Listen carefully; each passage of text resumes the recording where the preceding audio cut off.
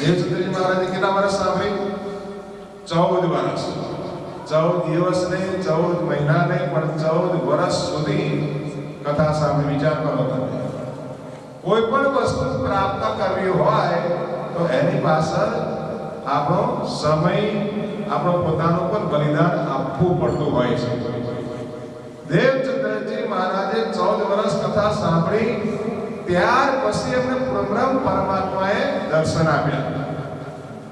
વૈ કિશોર અતિ સુંદર સ્વરૂપ ખેલે જો વૃંદાવન. વૃંદાવનમાં સ્વરૂપ હતું એવું પ્રગટ થયું. અને દેવચંદ્રજી મહારાજને અને રાજજી મહારાજને બંને સામે સામે વાતો થઈ. રાજજી મહારાજ દેવચંદ્રજીને કહેવા લાગ્યા, તુમકો હે મેરી પહેચાન, તમે મને ઓળખો છો? દેવચંદ્રજી કહેવા લાગ્યા, હું ઓળખતો નથી, પણ તમે મારા ધણી છો, ભાવિન છો, એટલી મને ખબર છે. ત્યારે રાજજી મહારાજે ફરી કહ્યું, હું કોણ છું તમને ખબર છે? એ પણ મને ખબર નથી. ત્યારે રાજજી મહારાજે એમને પોતાની ઓળખાણ આપી. નિજના શ્રી કૃષ્ણજી અનાદિ અક્ષરાતીત. હું નિધામમાં રહેવાવાળો કૃષ્ણજી છું. પણ કયા કૃષ્ણજી? અનાદિ અક્ષરાતીત શ્રી કૃષ્ણ છું. સો તો અબ જાહેર ભય સબ વિધ વતન સહિત. હું અત્યારે જાહેરમાં ઉભો છું. પરમધામ વિધ વતન સહિત. વિધ વતન એટલે પરમધામ, બધું લઈને ઉભો છું.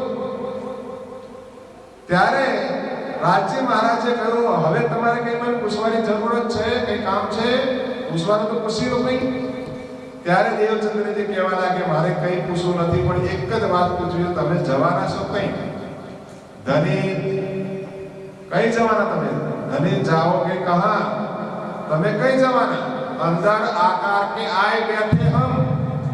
હું કઈ જવાનો નથી, તમારી અંદર આવીને જ વિરાજમાન થવાનો છું.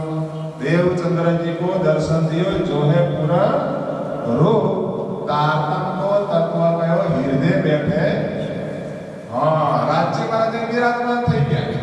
હવે તમે જુઓ, આ સંસારમાં પેલા વાગેશ્વર ધામના એક 20-25 વર્ષના ઉંમરના એક પેલા મહારાજ છે. એને ખાલી હનુમાનજીને જ્યારે ભક્તિ કરે છે બાકી એનો આગે દુનિયામાં ફેમસ છે.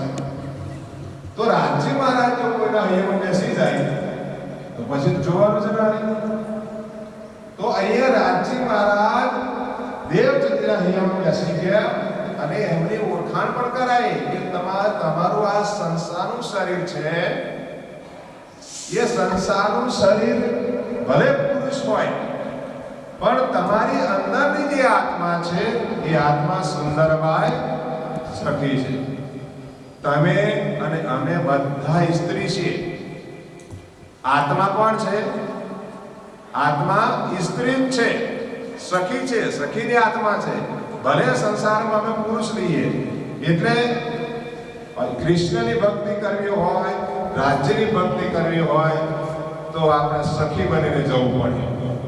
તમને એક ઉદાહરણની પાકી વાત, હકીકત.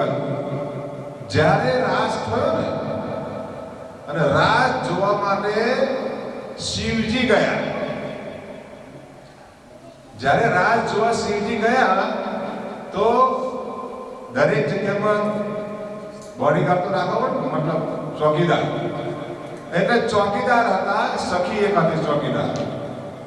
તો એને પૂછ્યું, તમે કોણ છો? કઈ જવું છું? મારે કે રાજ જોવા જવું છે કૃષ્ણનો. તો તમે કઈથી આવો છો? એમણે કહ્યું, હું તો શિવજી, તમે મને ઓળખતા નથી. ત્યારે સખીએ કહ્યું, તમારા સેવા શિવજી તો લાખો કરોડો છે, અમને કઈથી ખબર પડે? એક નહીં, કેટલાય શિવજી છે, એનો કોઈ અંત જ નથી. કેટલા પણ શિવજી છે, અમને ખબર નથી એ વાત.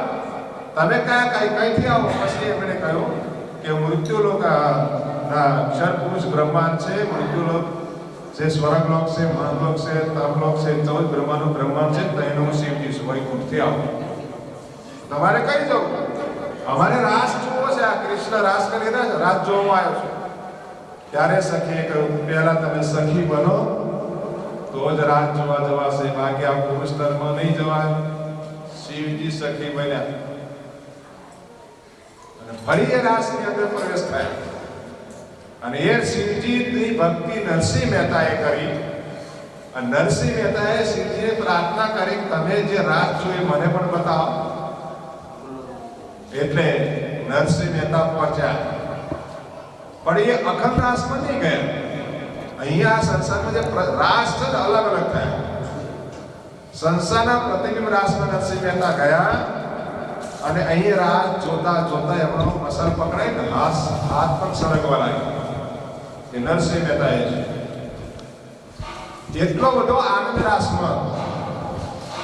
તો કહેવાનો મતલબ એ છે કે કોઈ પણ વ્યક્તિને પરમાત્માની ભક્તિ કરવી હોય તો સખી ભાવ ભજે ભર થાય.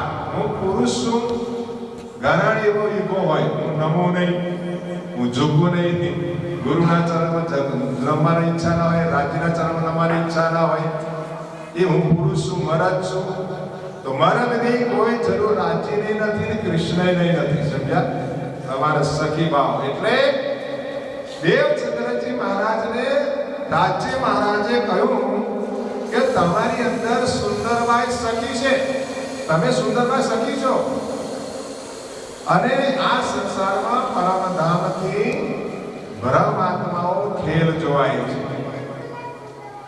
એ મૂળ મિલાવા આપણે નજર દીજીએ અને એ ખેલ જોવાઈને પરત આ બ્રહ્માત્મા લઈને આપણે કઈ જવાનું છે? પરમ ધામ લઈને જવાનું. તમારે બધાને જાગૃત કરીને લઈને આવવાનું છે. દેવચંદ્રજી કહેવા લાગ્યા કે હું જાગૃત કરીને લઈને આવવાની વાત જવાબદારી મને સોંપો છો, પણ કોણ માનશે પારકે વચન? આ સંસારમાં મોટી માયા છે, મોહ છે. એના કારણે દુનિયાના લોકોને આપણે જ્ઞાન આપીશું, કોઈ સમજશે અને કોઈ માનવા તૈયાર થશે. અને આજે પણ જોઈ થાય છે, કેમ કે દુનિયાને કંઈ પડી નથી. દુનિયાને એ પડી છે આજે તમે જો દેવી દેવતાની પૂજા. હું એમ નથી કે તમે દેવી દેવતાની પૂજા ના કરો, પણ દેવી દેવતાઓ તમને સુખ આપશે, બરાબર, સંસારનું સુખ આપશે, પણ મૃત્યુ પછી મોક્ષ આપી શકવાના નથી. મોક્ષ તો એક જ પરમાત્મા આપે છે. અખંડ મોક્ષ જોઈતો હોય તો બ્રહ્મ પરમાત્મા અક્ષરાતીતની આરાધના કરીશું તો જ મળશે.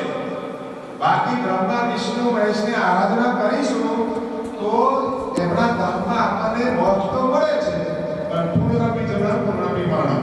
પુણ્ય પૂરું થયા બાદ ફરી સંસારમાં આવવું પડે. એટલે લખ 84 મળતી નથી.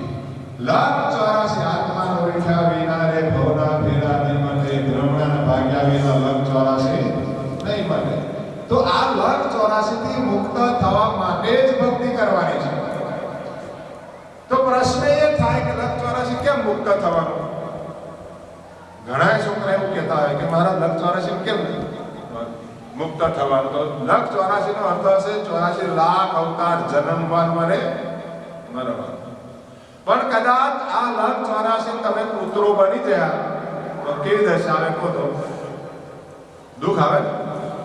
ખાવાનું ઠેકાણું નહીં, ઊંઘવાનું ઠેકાણું નહીં, લોકો ડપડા માર કરે, કોઈ ઘૂસવા ના આવે. તમે કાગ બની જાઓ તો કેવું થાય? કોઈ બધા ધિક્કારે અને કોઈ માન મર્યાદા નહીં આવે કાગ. તો એવા 84 લાખ વખત જન્મવાનું મરવાનું છે. કેટલા વખત? 84 લાખ વખત. એટલે યાતનાઓ એટલે દુઃખ ભોગવવા પડે છે. એ તો મેં તમને હજુ ખાલી દાખલા આપ્યા બે ના, પણ ઘણા એવા અવતારો છે નરકની અંદર રહેવા પડે એવા અવતારો. કીડી મકોડી ગાય ભેંસ આ બધું બનીને આપણે છેલ્લે મનુષ્યમાં આવ્યા. મનુષ્યને એક એવું છે કે માણસને આ સંસારમાંથી બહાર નીકળવાનો એક રસ્તો છે. ઉત્તમ માનકો ખંડ ભરત કો શ્રેષ્ઠ પુરી શ્રીદાર પ્રાણદાસજી કહ્યું ઉત્તમ મનુષ્ય છે. અને આ મનુષ્યતન દ્વારા તમારે જ્યાં જવું હોય ત્યાં જવાય. સંસારમાં કહેવત છે, કાળા માથાનો માનવી ધારે કરી શકે. નરકમાં જવું હોય તો જવાય, સ્વર્ગમાં જવું હોય તો જવાય, પરમધામ જવું હોય તો જવાય, જ્યાં પણ જવું હોય જવાય. એ બધું આપણી ઉપર રહેલું છે. આપણે શું કરવું છે?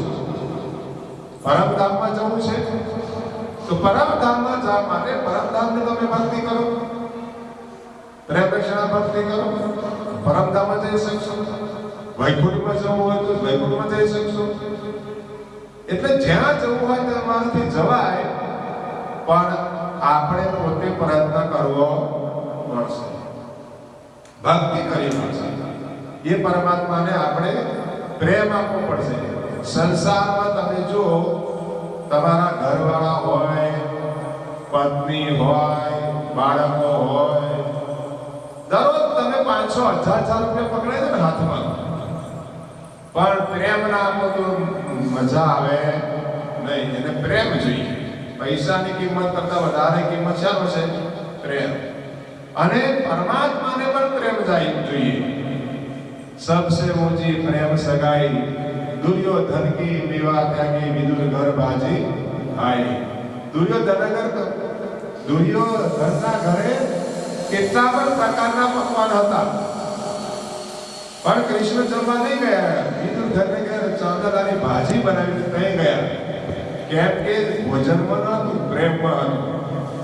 એટલે પ્રેમથી તમે રાજ્યને અર્પણ કરો, પ્રેમથી રાજ્યની સેવા કરો, ભાવથી સેવા કરો તો રાજ્ય સ્વીકારે છે. એ સેવા આપણી પહોંચે છે.